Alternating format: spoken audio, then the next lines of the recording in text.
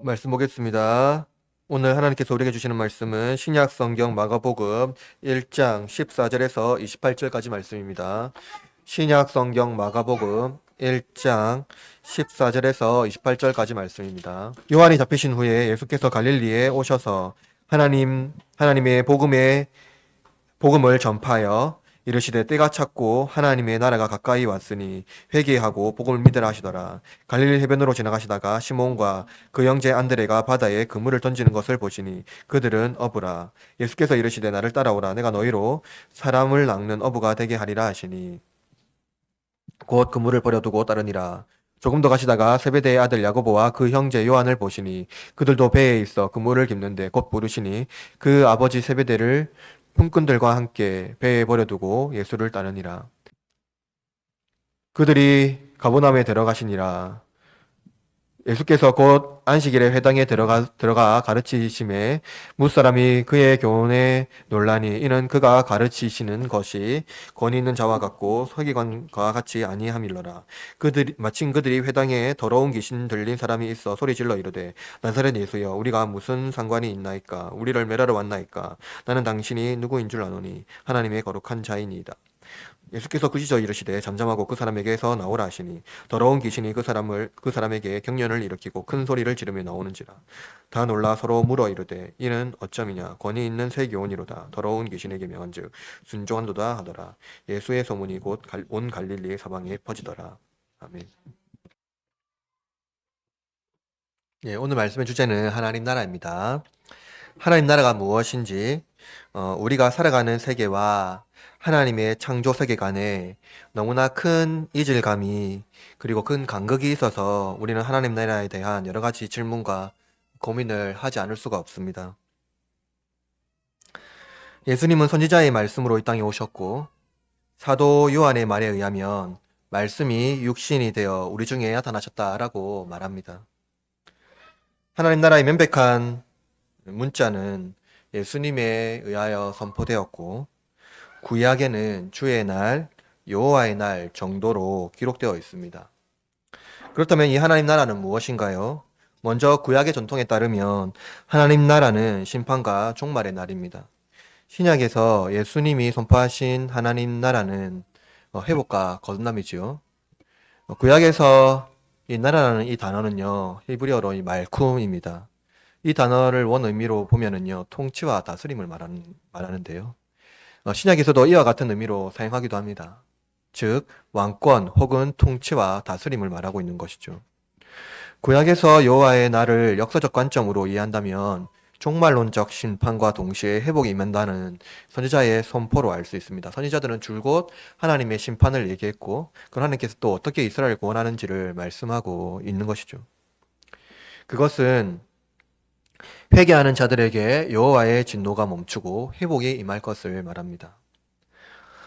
특히 신약에서 예수님의 선포로 시작된 이 하나님 나라는 심판과 진노가 이 땅에서 온전히 임할 것을 선포하는데요. 동시에 회개하는 자들에게는 그들 안에서 복음이 임할 것을 선포합니다. 그러니까 심판이 완전히 임하죠?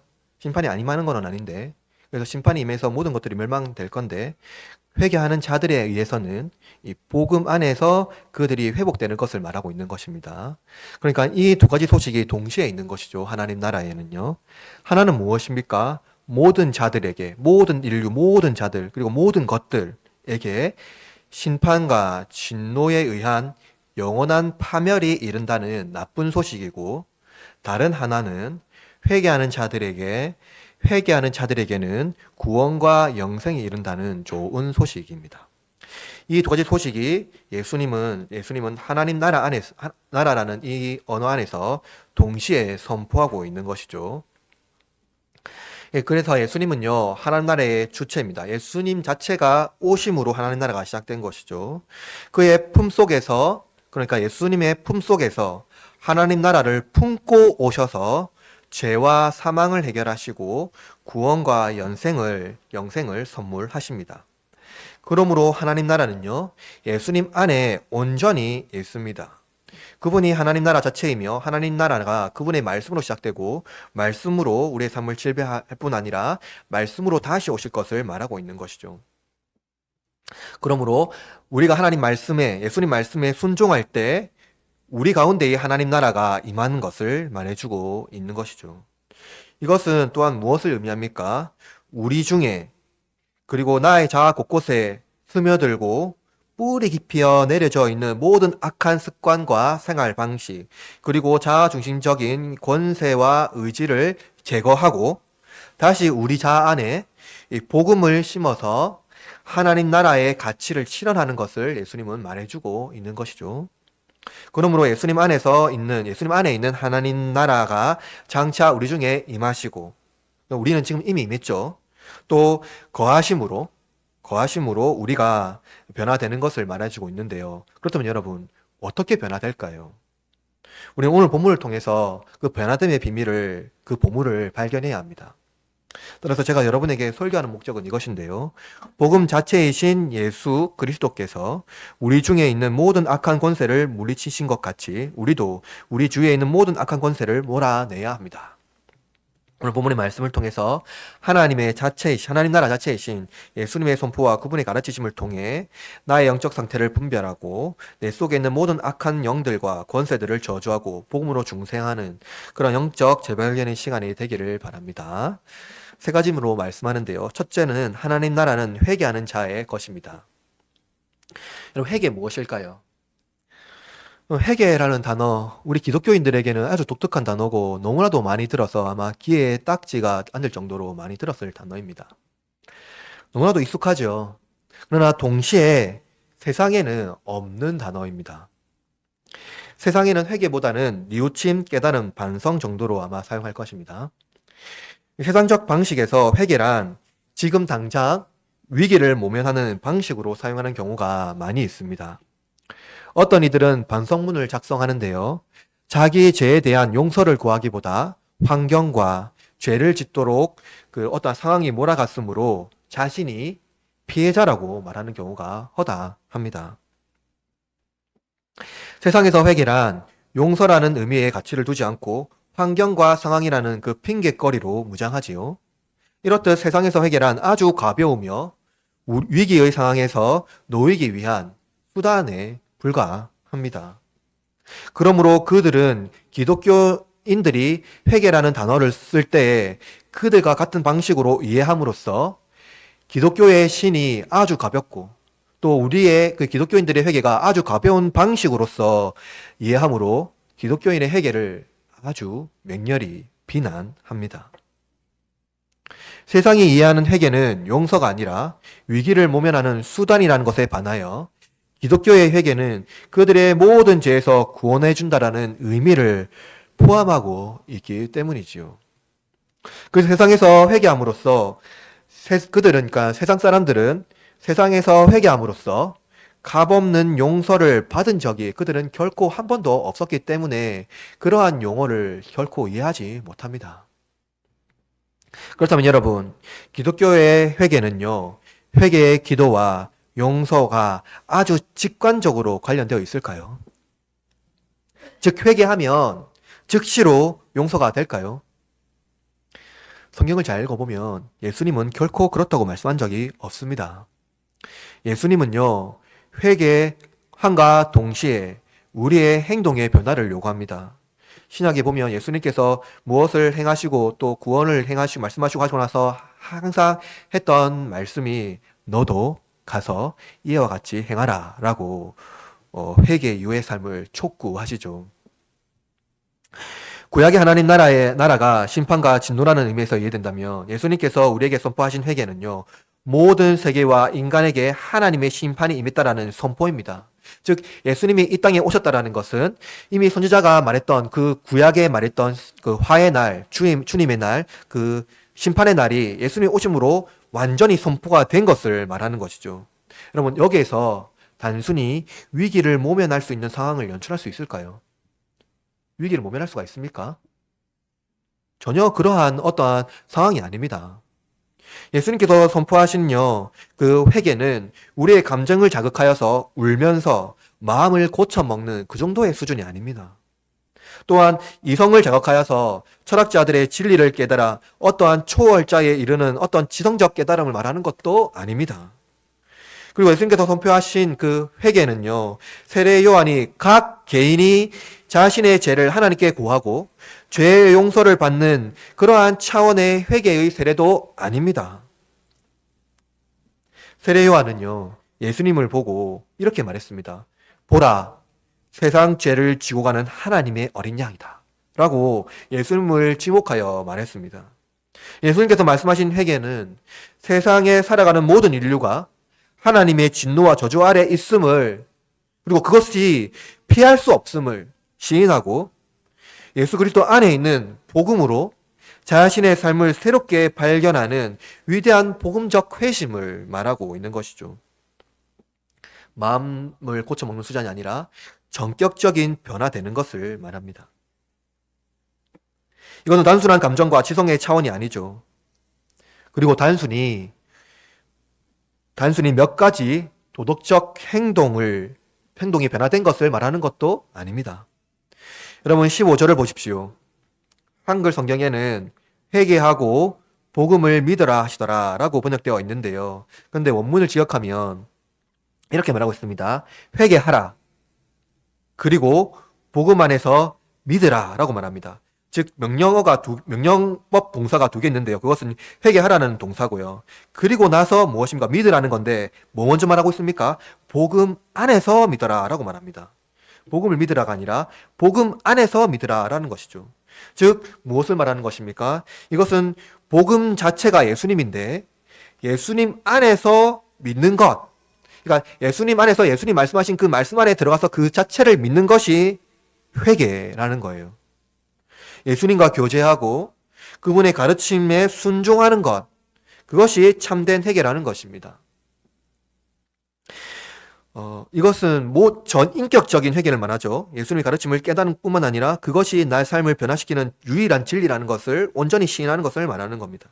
예수 그리스도 안에 있는 하나님 나라가 연약한 나의 육신을 통해서 뿌리 내려지며 날마다 예수 그리스도가 또 그와 보내신 성령님이 나와 함께 교제함으로 말미암아 하루하루가 행복하고 신명나며 복된 삶을 살아내는 것을, 이것이 회개라는 거예요. 그러므로 여러분, 회개가 구원의 보증수표가 아니라는 것을 여러분 기억하셔야 합니다. 회개를 가벼운 어떠한 그러한 서명 따위로 생각해서는 안 되는 것이죠. 그것은 날마다 예수 그리스도와 교제하며 나의 삶이 풍요를 나의 어떠한 자아의 발견이 아니라 예수 그리스도께 온전히 내어드리는, 거기에서부터 시작한다는 것을 우리는 고백해야 합니다. 세상이 비난하는 그런 가벼운 회개 따위가 아니라는 거죠. 우리의 회개는 예수 그리스도가 우리의 담보가 되신 무거운 회개입니다. 예수님께서 마지막 선지자인 세례 요한이 사명을 다하고 하나님의 부르심을 받고 난 후에 그 사역을 시작하신 이유가 바로 죄사함의 회개가 아니라 하나님 나라를 품속에 가지고 오심으로써 참된 회개를 우리에게 주신 것입니다. 그렇다면 하나님 나라와 회개는 또한 어떤 관계가 있을까요? 우리는 마가복음 첫 번째 강해에서 광야에서 예수님이 세례 요한의 세례를 받으시고 광야에서 사탄의 시험을 받으셨다는 것을 알고 있습니다. 이후에 예수님은요 갈릴리로 돌아오셨고 그곳에서 하나님의 복음을 전파하십니다. 여러분 갈릴리는 어디입니까? 유다가 남쪽에 있다면 갈릴리는 북방에 있습니다. 그리고 북쪽에 있고요. 또 갈릴리는 유대에서 주목받는 지역이 아닙니다. 그 땅은 유대 지역 중에서 변방이었고 이스라엘 지도자와 관련이 없는 변두리 지역입니다. 그러나 하나님은요 이미 갈릴리를 이방의 빛으로 사용하셔서 복음의 전초기지로 삼으셨습니다. 변방의 갈릴리에서 피어난 작은 불씨는요 장차 로마 제국을 정복하는 놀라운 역전의 드라마가 펼쳐질 것을 예고하고 있는 것이죠. 이는 이사야 선지자가 말씀한 예언에 기록되어 있는데요. 이사야 9장 1절에서 2절 말씀에 이렇게 말씀하고 있습니다. 여러분 들어보십시오. 전에 고통받던 자들에게는 흑암이 없음이로다. 옛적에는 여호와께서 스불론 땅과 납달리 땅이 멸시당하게 하셨더니 후에는 해변길과 요단 저쪽 이방의 갈릴리를 영화롭게 하셨느니라. 흑암에 행하던 백성이 큰 빛을 보고 사망의 그늘진 땅에 거주하던 자에게 빛이 빛이도다. 예수님은요, 선지자 이사야의 예언같이 이방의 갈릴리에서 하나님의 복음을 전파하셨습니다. 예수님께서 갈릴리에 전파하신 복음의 내용은요, 15절에 보면 때가 찼고 하나님 나라가 가까이 왔으니 회개하고 복음을 믿으라 라는 이 말씀입니다. 이것이 복음의 내용이죠. 이것을 보면은요, 예수님께서 말씀하신 복음의 내용은요, 하나님 나라입니다. 예수님께서 이 하나님 나라가 때가 되었고 가까이 왔다라고 말합니다. 여기서 때는 시간이죠. 그리고 찼다라는 것은요, 헤브리어 원문에 보면 충만하다입니다. 그리고 충만하다는 이 의미는요, 또 원어의 의미를 보면은요, 성취되었다라는 의미도 포함되어 있습니다. 그리고 이제 이 가까이 왔다라는 이 또 단어는요, 현존에 있다라는 말입니다. 그러니까 영어 성경에 보면은요, 손이 닿을 정도에 있는 위치인 것이죠. 그러니까 현존에 있는 것입니다. 이는 물리적으로 손을 잡을 수 있는 상태에 있는 것이죠. 그리고 또 이 두 동사는요, 완료 형태로 기억되어 있는데요. 이것은요, 현재 진행되고 있는 그 상태를 말하고 있습니다. 진행되고 있는 것이죠. 따라서 예수님 안에서 임하신 하나님 나라는요, 그가 가르치신 복음의 내용과 함께 교회 안에서 공존하고 있으나 아직 완성되지 않는 미완성의 상태를 말하고 있는 것입니다. 예수님께서 말씀하신 하나님 나라는 종말론 안에서 우리가 여러 가지 질문을 야기시키지만은 우리는 역사적이고 예수님께서 선포하신 그 문맥에 따라서 하나님 나라가 우리 안에 오셨음을 믿습니다. 그것은 무엇입니까? 예수님과 같이 오심으로 말미암아 예수님 안에 있는 그 복음과 하나님 나라의 내용이 예수님 말씀을 선포함을 통해서 그 가르침을 통해서 하나님 나라가 이 땅에 뚫고 들어온 것을 말하는 것이죠.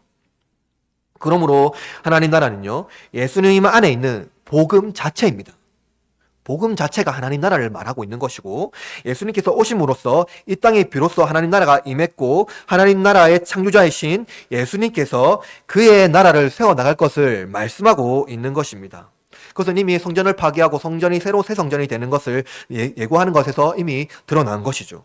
바로 회개하여 예수님과 교제하고 복음으로 새롭게 된 교회와 함께 예수님은요, 이루어 나가실 것을 말씀하고 있는 것이죠. 교회의 구성원은 회개하여 예수님 안에서 복음으로 새롭게 된 자들의 공동체입니다. 이들이 이룰 세상이 바로 하나님 나라이죠. 하나님 나라는 예수님 안에 있습니다. 회개하여 예수님 안에서 복음을 믿는 자들은 날마다 예수님과 교제함으로 그의 가르침에 순종하는 자들입니다. 그러므로 하나님 나라가 미래적으로 우리가 가는 나라가 아니라 하나님께서 이 땅에 오심으로 우리에게 도착한 나라입니다. 그러므로 여러분, 그 나라는요, 만인들에게 계시되었고 모든 사람들이 볼 수 있는 나라이지만 그 나라는 무엇입니까? 회개한 자들만이 전인격적으로 누릴 수 있는 나라죠. 예수님 안에서, 예수님과 교제하면서 누릴 수 있는 나라입니다. 왜냐하면 그의 나라의 통치자는 예수님이며 예수님은 말씀으로 그 나라를 통치하고 있기 때문입니다. 여러분, 그렇다면 하나님 나라의 가족이 되기 위해서, 예수님의 형제와 자매가 되기 위해서는 회개 이후에 우리에게 무엇을 요구하고 있는 것일까요? 둘째로, 하나님 나라는 그물을 버리는 자의 것입니다. 예수님께서 갈릴리 해변에서 기독교 초대 구성원을 모집합니다. 예수님께서 직접 제자를 찾고 부르시는 것이죠. 이는 장차 초기 기독교 지도자가 될 사람들을 말씀하고 있습니다. 그런데 그들이 유대의 변방인 갈릴리의 어부이며 그리 인상적인 사람들이 아니라는 점에서 기독교의 독특성을, 이 복음의 독특성을 발견할 수가 있습니다. 예수님은요, 갈릴리 해변을 지나시다가 시몬과 그의 형제 안드레를 만납니다. 성경은 이들이 어부라는 사실을 말해주고 있지요. 사실 예수님은 먼저 갈릴리 바다에서 그물을 던지는 이미지로 그들이 누구인지 이미 말씀했습니다. 이미 그들이 누구이며 무엇을 하는 사람인지 정확하게 알려주십니다. 이들이요, 그물로 물고기를 잡는 사람들이죠. 어부입니다. 여러분, 그런데요, 그들이 사용하는 그 그물은요, 원형으로 되어 있는 대형 그물망입니다. 그들은 그물로 물고기를 잡으며 생활했지요.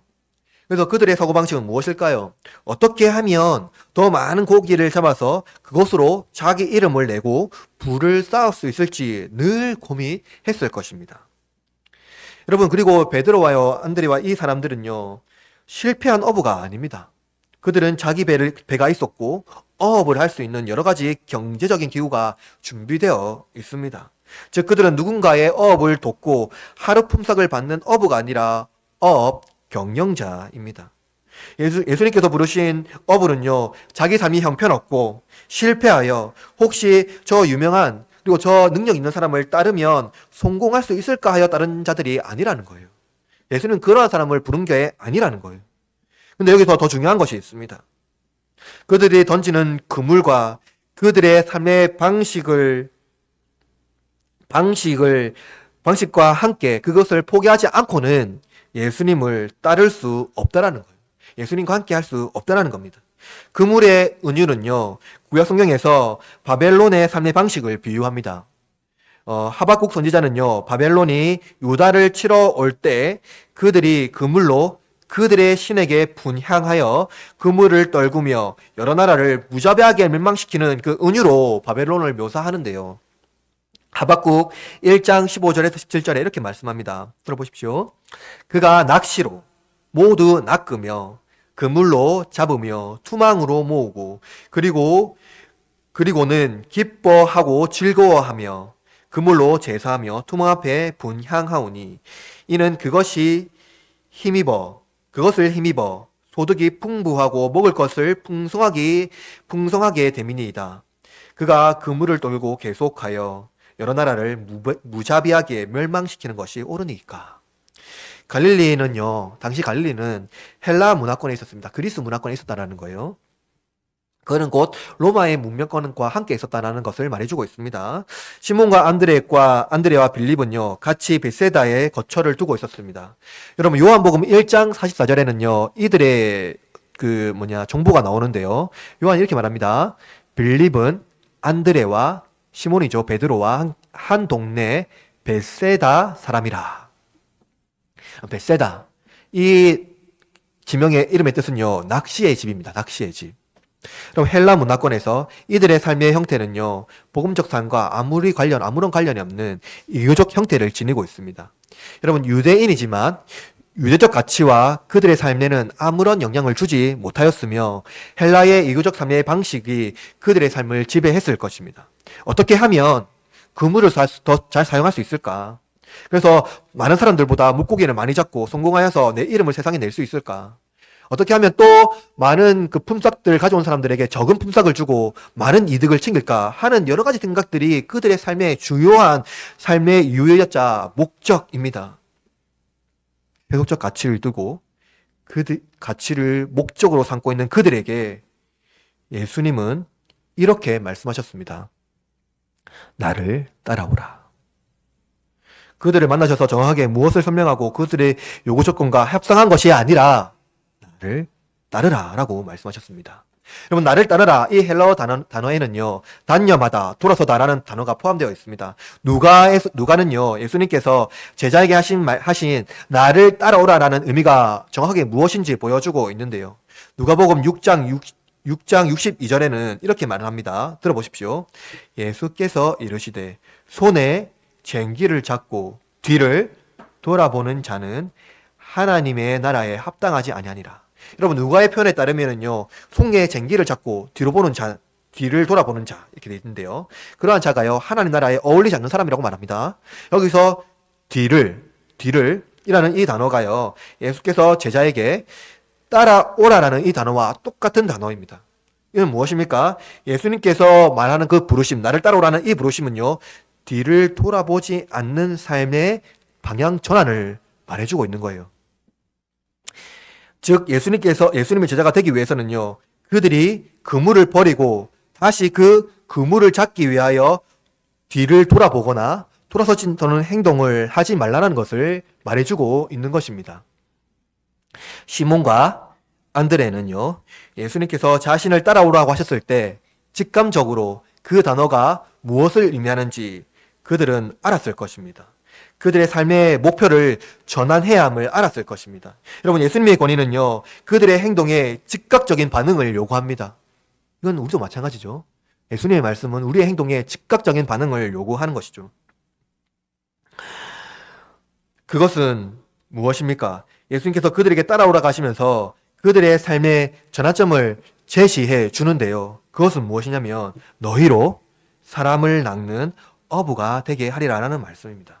여러분 이는요 구약 성경에서 말하고 있는 구약 성경에서 운유적으로 말하고 있는 그물에 대한 그 서사에 놀라운 전환점을 제시합니다. 여러분 물고기가 그물에 낚이면 좋은 일이 아니죠.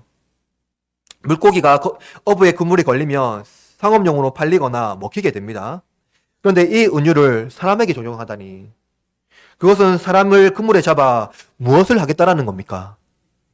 구약의 전통에서 그물과 낚시는요 심판을 의미하는 은유로 주로 사용되었습니다. 학계는 낚싯바늘에 사람을 꿰어서 심판받는 어떠한 은유로 하기도 하고 하여튼 여러 가지 은유로 사용합니다. 그러나 예수님은요 자연을 통해서 놀라운 반전을 제시합니다. 그들의 평생 어업을 통해서 물고기를 잡는 실력을 키웠습니다. 이제 예수님께서 부르심을 받아 예수님 안에서 복음의 위대함을 배우고 장차 초대교회의 지도자로서 놀라운 구원의 역사를 이루실 것을 말씀하고 있는 것이죠. 예수님은 그들이 사람을 낚는 어부가 될 것이라고 말씀하셨습니다. 노아의 홍수시대에 하나님의 심판을 받는 인류에게 그물은 구원의 방주로 인도하는 구조선과 같은 것이죠. 예수님은 제 아들에게 물고기 잡는 그물을 버리고 사람 잡는 그물을 잡으라고 말씀합니다. 제자들은 지금까지 성공과 성취의 방식으로 그물을 잡았습니다.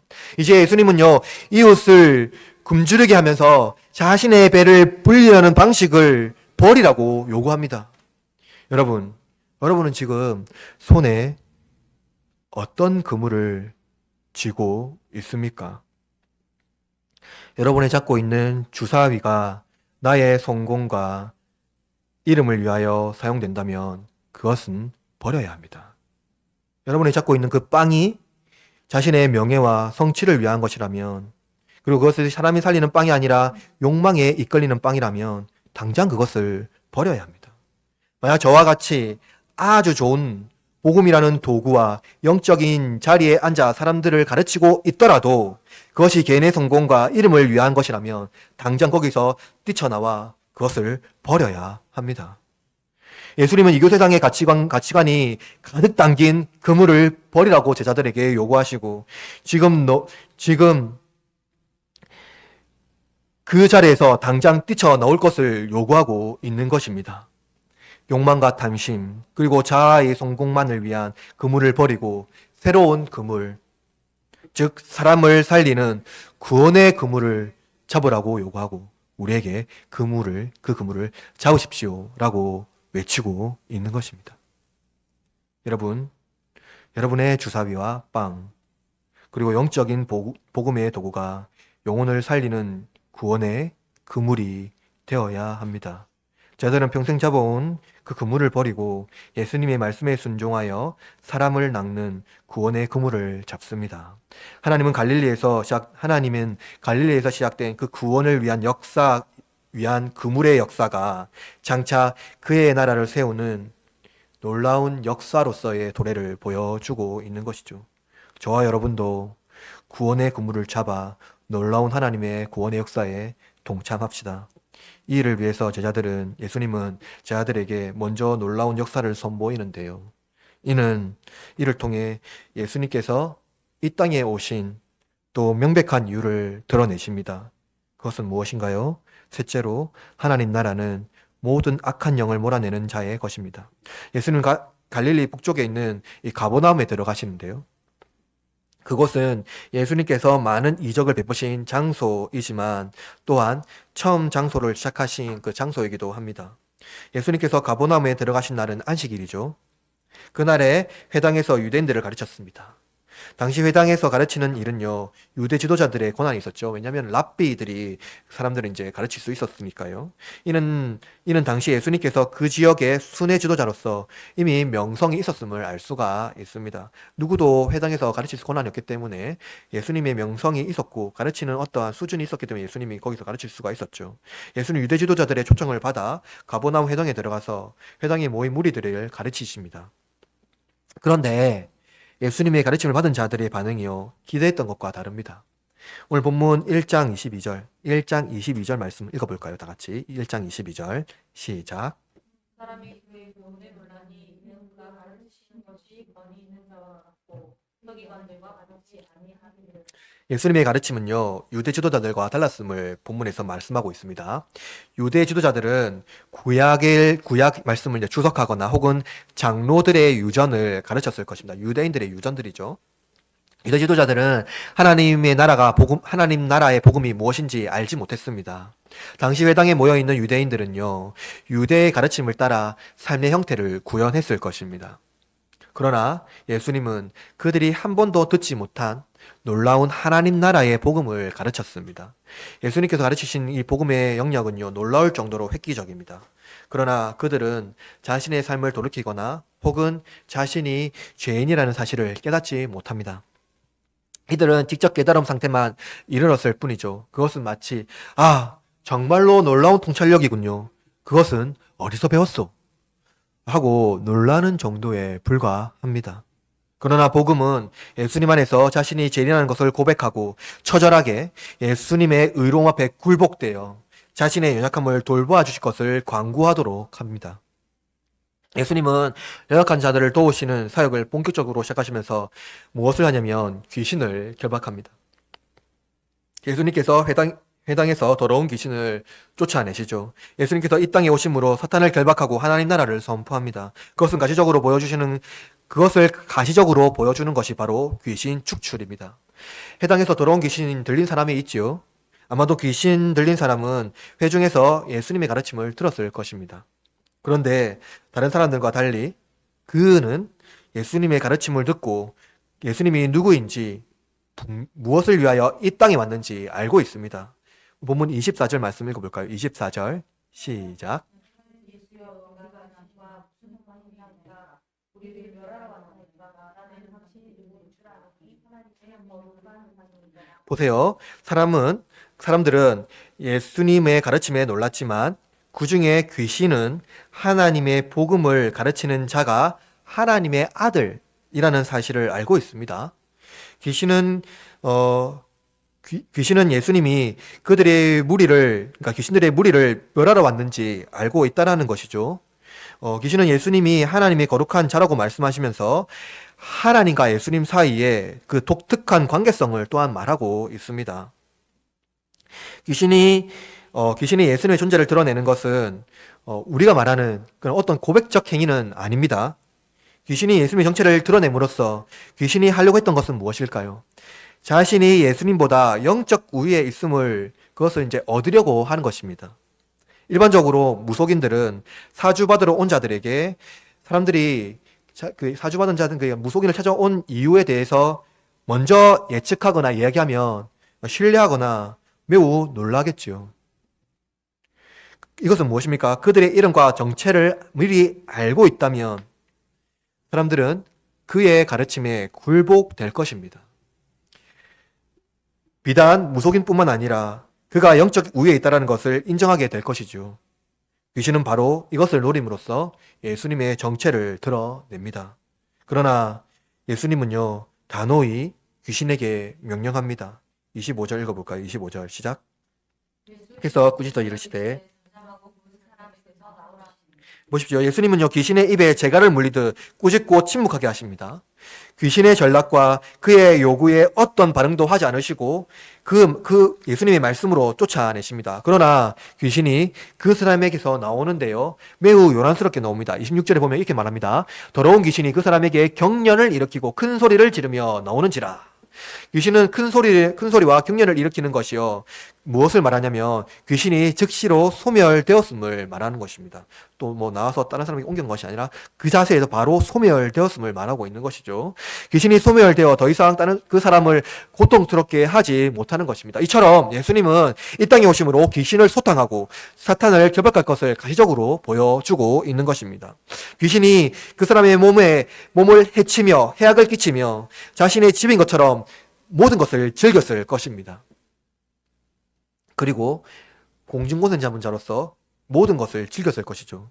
예수님은 귀신과 사람의 몸의 갈등을 또한 증폭시키는데요, 귀신은 모든 갈등의 주범이죠. 그것은 모든 해악을 통해 귀신은 증식하며 번식합니다.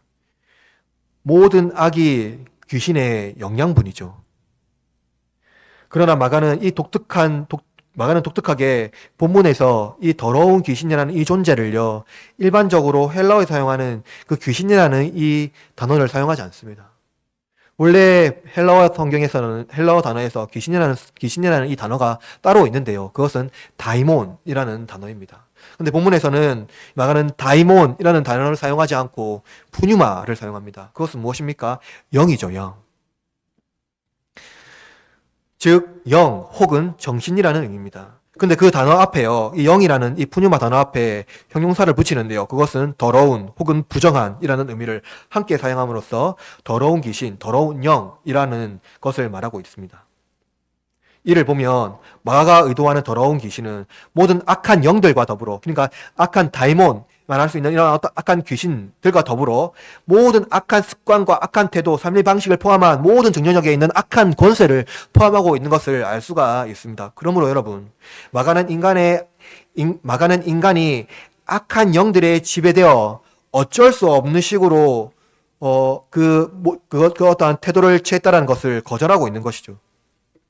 예수님은 모든 악한 권세와 영들을 몰아내십니다. 동시에 우리의 모든 악한 태도와 습관, 그리고 악한 방식에서 의도된 모든 나의 생각까지도 물리치십니다.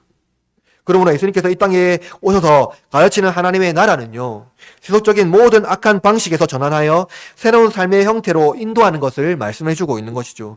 회개 이후에 내가 움켜잡고 있는 그 그물을 버리고 새로운 구원의 그물을 잡고 모든 악한 삶의 방식과 악한 영들을 몰아냄으로써 새로운 하나님 나라를 그 하나님 나라의 복음의 삶으로 인도하는 그 예수님의 가르침 앞에 전격적으로 굴복하고 그 가르침 앞에 내가 살겠다라는 그러한 복음의 메시지를 우리 삶에 이식하고 삶으로 나아가는 것을 말해주고 있는 것입니다. 여러분, 내 속에서 역사하는 모든 악한 권세를 우리는 저주해야 합니다. 내 속에서 복음이 나의 삶을 이끌어내지 못하고 양육하지 못하게 방해하는 모든 장애물을 제거해야 합니다. 내 속에서 하나님 나라가 풍성히 자리 잡고 또 복음이 나를 양육하도록 연약한 나를 붙들어 달라고 우리 중보자께 기도하십시오. 예수님께서 나를 따르라 하신 그 말씀에 순종하십시다. 그 말씀은 뒤를 돌아보지 않고 예수님만을 바라보도록 우리를 초청하십니다. 복음이 우리의 삶에 온전히 열매를 맺도록 우리를 초청하십니다. 그 복음의 열매로 예수님은요, 부활을 우리에게 주셨습니다. 그러므로 나를 고통스럽게 하고 물고기를 잡는 그물을 버립시다. 이제 더 이상 이웃을 탈취하는 것, 이웃에 있는 것들을 강탈하고 그것을 나의 삶의 양식으로 나의 삶을 또 나의 배를 배불리는 방식으로 사는 것을 거부합시다. 예수님께서 우리에게 가르치신 그 말씀을 우리의 삶의 양식으로 받아들이고 그 생명의 말씀으로 받아 우리의 삶을 전격적으로 변화시킵시다. 그러므로 모든 구원으로 인도하는 그 그물을 우리 손에 짊어지고 손으로 붙들고 저 멀리 죽어가는 영혼들에게 그들을 향하여 힘차게 던집시다. 모든 악한 권세와 악한 삶의 방식을 따르는 자들에게 우리의 선한 목자를 소개하고 그분에게로 인도합시다. 이제 우리는 복음으로 새롭게 무장하여 예수 그리스도의 가르침을 따르며 뒤로 돌아보지 않고 복음으로 결단하여 새로운 삶을 살아낼 것입니다. 갈릴리에서 시작된 복음은 이 세상을 전복하여 변화시킵니다. 그것은 강력한 군주의 능력이 아니라 인간으로 오셨고 나귀를 타신 연약한 인간의 몸을 입으신 예수 그리스도의 능력입니다. 연약한 우리 교회가 작은 운동으로 몸부림치겠지만 하나님은 이 작은 물결 후에 파도가 되게 하셔서 적지만 그리고 미세하지만 모든 악한 권세와 악한 삶의 방식으로 일관하는 그들에게 구원의 그물을 던지게 할 것입니다. 복음은 위대하고 복음은 우리가 한 번도 경험하지 못한 놀라운 선물입니다. 뒤를 돌아보지 않고 예수님 말씀에 순종하여 그 복음의 위대함에 흠뻑 빠져 들어가길 바랍니다. 그리고 그 복음 안에 우리의 이웃을 초청하기를 바랍니다. 하나님께서 우리의 삶에 역사하심으로 우리의 손에 주어진 모든 도구가 그게 주사기든지 빵이든지 무엇이든지 생명을 살리는 구원의 도구로 변화시켜 악한 세계와 권세와 모든 악한 문화에 있는 우리의 이웃을 구원하는 영적인 도구로 사용합시다. 이번 한 주간 나를 따라오라 하신 예수님 말씀에 순종하여 평생에 그리스도의 제자로 살아가는 저와 여러분이 되기를 소망하고 또한 예수 그리스도의 말씀을 힘입어 이번 주를 힘차게 살아가는 저와 여러분이 되기를 주님의 이름으로 축원합니다.